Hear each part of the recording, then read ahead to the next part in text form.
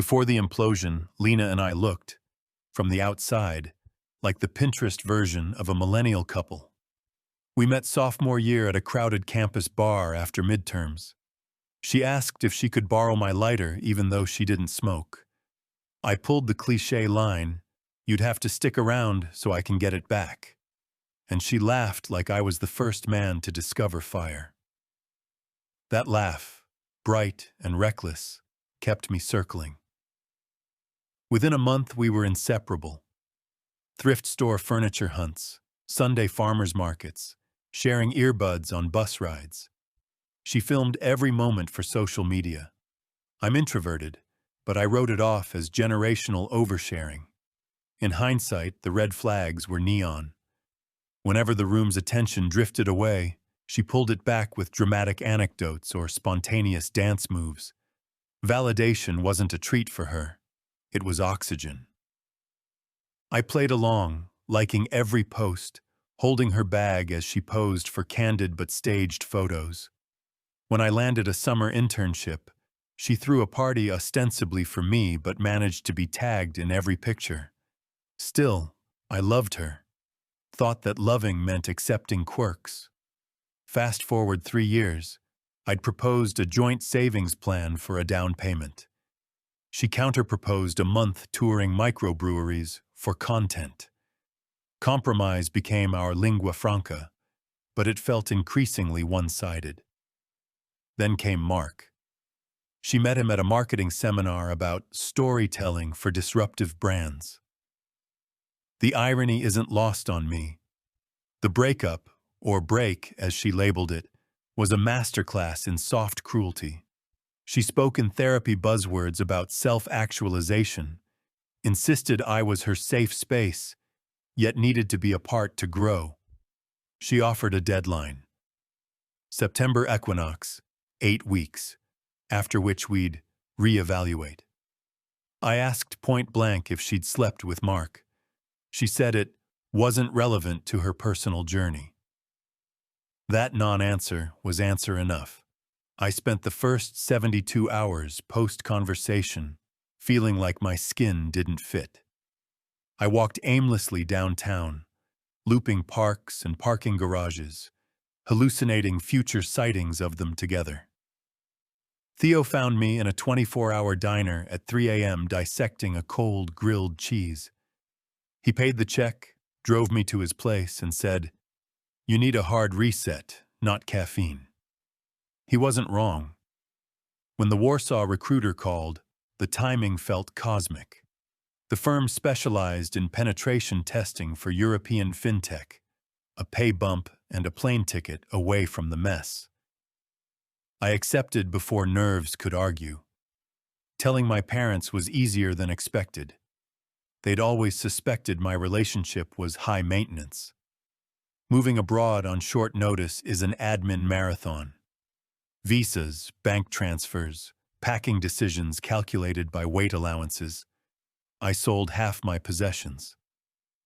The IKEA couch went to a freshman who thanked me with kombucha coupons. Watching strangers carry out pieces of your life is oddly liberating.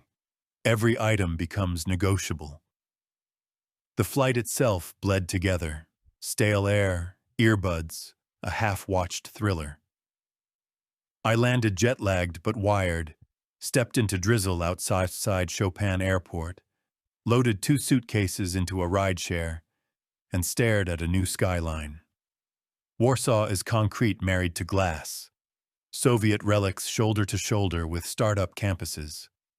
I rented a studio in Praga, a neighborhood famous for street art and pierogi joints. First meal. Cabbage rolls at a counter stool, heartburn and hope sharing the bill. Those first months were monastic. Work, gym, sleep, repeat. I learned Polish small talk, enough to order groceries and mumble thanks. Weekends I explored on foot, mapping coffee shops with Wi-Fi. I bought a bicycle and lost it to theft 2 weeks later. Shrugged and walked more. Healing isn't linear, but distance helps. Each kilometer was a suture. Then Lena breached the perimeter. Her first digital poke was almost playful. like she expected me to grin and applaud her persistence. When I didn't, she unspooled. She had always been good at social engineering. One time she talked her way into a sold-out concert by claiming to be the event photographer.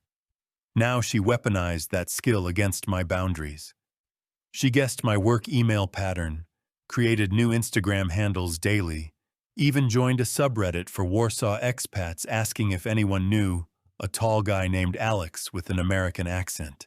Meeting the lawyer felt like deploying a firewall.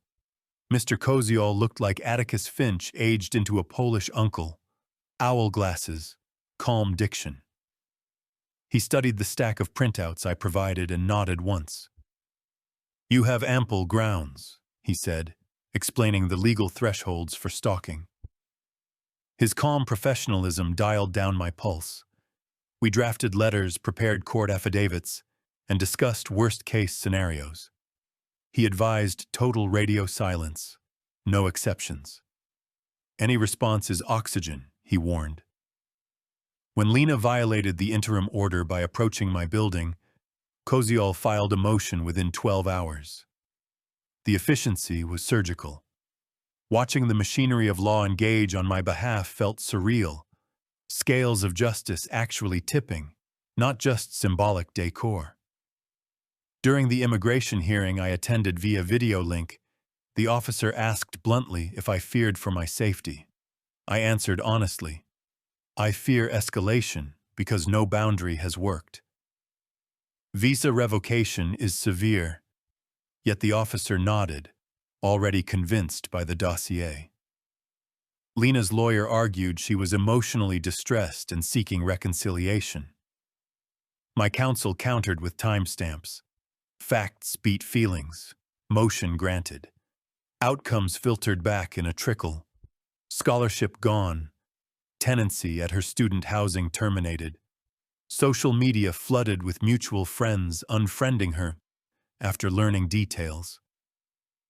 A few tried to mediate, DM'd me paragraphs about forgiveness. I sent a single reply. "Legal process ongoing. Please respect that." Most fell silent. Kara, the only friend who lingered, screen captured a story Lena posted of her crying in an airport bathroom with the caption, "Leaving everything behind because love isn't fair." Comments were disabled. Revenge in forum myths supposedly tastes sweet. Mine tasted like nothing. A neutral pH. Maybe satisfaction is the absence of dread, the unremarkable flavor of safety. Cypher entered the picture right after the final hearing. The shelter attendant said he'd been found tied to a lamppost outside a stadium.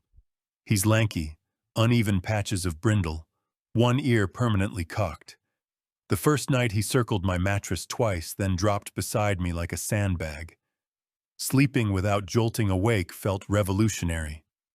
I've kept every file, every screenshot, in cloud storage plus an encrypted offline drive tucked behind cleaning supplies. Koziol said 5 years is a long time. People change. I said, change is her responsibility.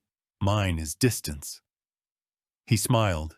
Agreement or resignation, hard to tell. I'm not naive enough to think this post will stay hidden forever. The internet is porous. But if Lena reads it, she'll find no address, no clues, only the public record of consequences. That's intentional. Revenge supplied publicly available facts. Anonymity supplies the rest. If anyone reading this is debating similar action, keep receipts, keep calm, and remember the boring route is often the most brutal. Courts, not confrontations. Letters, not late-night calls. People who crave drama hate paperwork because paperwork isn't impressed. I never planned to write about this, but the quiet tonight feels like pressure on my ribs, so here goes. For context, I'm 26, a software security consultant originally from a modest college town. Until 7 months ago, I lived with my girlfriend Lena, same age, marketing grad student, social butterfly, proud of knowing everyone worth knowing. We'd been together 4 years, shared rent, routines, and those brittle future plans that look solid until someone breathes wrong. Late last June, right after her birthday weekend, Lena sat across from me at the tiny kitchen table we'd rescued from a yard sale. Her eyes were swollen, like she'd rehearsed crying in the mirror. She said she needed space to discover who she was outside the relationship. Translation: she'd met somebody else. I didn't get angry in that moment. I froze. She mentioned a name, Mark, a new guy from her cohort who got her. She wanted a break, maybe just a month. No pressure, no labels. I'm not an idiot. I know what that means. I packed a backpack that night and slept on my friend Theo's couch. Over microwaved ramen, Theo said what good friends say: "Dude, cut your losses." The next morning I emailed recruiters who'd been pinging me about positions in Warsaw. By Wednesday I'd accepted a job, and by Friday I'd signed a 12-month lease on a studio site unseen. Lena texted once, "Can we talk when you calm down?" I never answered. The last image I have of our shared apartment is the light from the refrigerator spilling across the floor as I grabbed my travel cooler. She stood in the doorway to the bedroom, hugging herself, asking if I'd be back for the furniture. I said she could keep whatever she wanted, except my mother's bookcase. She nodded like she was agreeing to terms of service she hadn't read. I drove east at dawn, the highway unfurling like fresh tape. 12 hours of engine noise gave me plenty of time to reroute my future. I stopped only for gas and bathroom breaks, eyes gritty, brain buzzing with caffeine and betrayal. By nightfall I was in a hotel, one exit from Warsaw proper, clutching a room key that felt like a reset button. Warsaw isn't glamorous, but the new job paid well, and more importantly, nobody knew I existed. I sank into code audits, weekend coffee walks, and the anonymous comfort of co-living apartments where long hallways smell like detergent and nobody asks personal questions. I changed my number, killed social media, even replaced my surname on LinkedIn with the initial of my mother's maiden name. For 4 tranquil months, I woke, worked, ate, slept, and felt myself harden like poured concrete. That peace cracked in late November. I got an email on my work address with the subject line, "Miss You." The message was blank except for a Google Drive link. I deleted it immediately and flagged the burner account. 2 evenings later, I noticed a woman across the street from my building, hoodie up, staring toward my window. Might have been coincidence, but the next morning roses waited outside the lobby door with a card. "Remember the first bouquet I ever gave you? Some things never fade." No signature, but the handwriting screamed nostalgia. 3 days after the roses, my PayPal dinged. Lena had sent me $4.17 with a note. "One coffee, miss your laugh." The exact price of our first date lattes. Cute, if it weren't creepy. I refunded it without comment. Within the hour, she repeated the transfer. I blocked her. She switched to Revolut. Digital breadcrumbs, desperate for reply. I started logging everything. Screenshots of emails, photos of suspicious figures, dates, times. Years in InfoSec teach you to document first, react later. Meanwhile, Lena's attempts intensified. Voicemails from unknown numbers playing our playlist. Uber Eats deliveries I didn't order. DMs to the corporate Instagram asking if Alex M. worked there. Each time I blocked, she found another vector. It felt like penetration testing on my life, and she was surprisingly competent. Early December, my building concierge whispered as I passed, "Your parents are waiting in the lounge." That punched the breath out of me because my parents live 8 hours away, and rarely travel. I entered and froze. Not my parents, hers. Mr. and Mrs. Novak rose from identical seats like mismatched bookends. Her dad offered a hand. Her mom clutched a gift bag. They apologized for the ambush, said Lena was going through a storm, that she'd made regrettable choices, that Mark had turned out to be controlling. I thanked them for the apology, explained I was pursuing legal avenues, and asked them to leave. They left the gift bag. Inside was my grandmother's locket, which Lena had worn daily for years. The sight of it didn't spark nostalgia. It felt like evidence in a pending case. I slipped it into a zip-top baggie and added it to the growing file. That night, I started my revenge plan. Some people think revenge means confrontation. I disagree. Revenge is the art of removing yourself so completely the other person suffocates in the vacuum.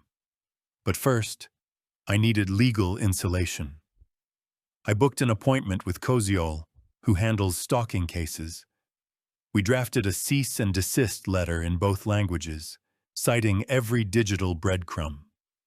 We filed for a restraining order, attaching CCTV stills the concierge provided.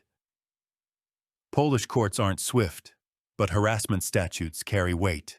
Phase 2 involved her academic world. Lena's scholarship came with an honor code, including clauses about harassment and misconduct. I contacted her university's ethics office, forwarding the documentation, timeline, screenshots, third-party reports. I made 0 emotional statements, only factual allegations, repeated unwanted contact, attempted location tracking, and third-party pressure via her parents. Universities hate liability. Within weeks, they opened an inquiry. She was suspended pending review. While the bureaucracy churned, Lena escalated. A handwritten letter arrived, 13 pages, perfume-soaked, detailing her epiphany that Mark was a narcissist and I was her soulmate. She quoted Rilke and promised therapy. I didn't read past page 1. Straight into evidence it went. Mid-January, security footage caught her outside my building at 2 a.m., pacing, phone in hand, shivering. The doorman recognized her from photos I'd provided and called the police. She was ticketed for trespassing and served the interim protection order on the spot. I slept through the whole thing, woke to the incident report slid under my door like room service. Here's where the dominoes fell. Scholarship revoked. Academic suspension turned into expulsion. Because she now had a restraining order and a criminal citation, her student visa, she's Croatian, was flagged. Immigration gave her 30 days to leave or be deported. Mark ghosted once he learned police were involved. Her parents, exhausted and embarrassed, refused to bankroll a restart. During this chaos, I kept my head down. I ran 5 kilometers every morning, lifted in the evening, stacked routines like sandbags against emotional flooding. People at work noticed a sharper edge to my focus. Quarterly performance review called it commendable intensity. Whatever. Anger is just fuel with better branding. A coworker, Marta, invited me for drinks one Friday. We shared mezcal shots and horror stories about past relationships. She leaned in and said, "I like that you drew a boundary and enforced it. Most people talk but never act." Her words stuck. Revenge, I realized, wasn't just about punishing Lena. It was proving to myself I could protect my own peace. Towards the end of January, Lena emailed my mother. I know because Mom forwarded it, asking, "Is this the girl who hurt you?" The message begged my family to intervene. That stunt cost her. Mom works at a regional bank and understands documentation. She replied once, CCing my lawyer, "Do not contact me or my family again." Another neat piece of evidence. February dragged with court dates. I didn't have to attend most. Koziol represented me. Still, I prepared statements, refined timelines, cross-indexed evidence. It felt like coding. If you structure input correctly, the output solves itself.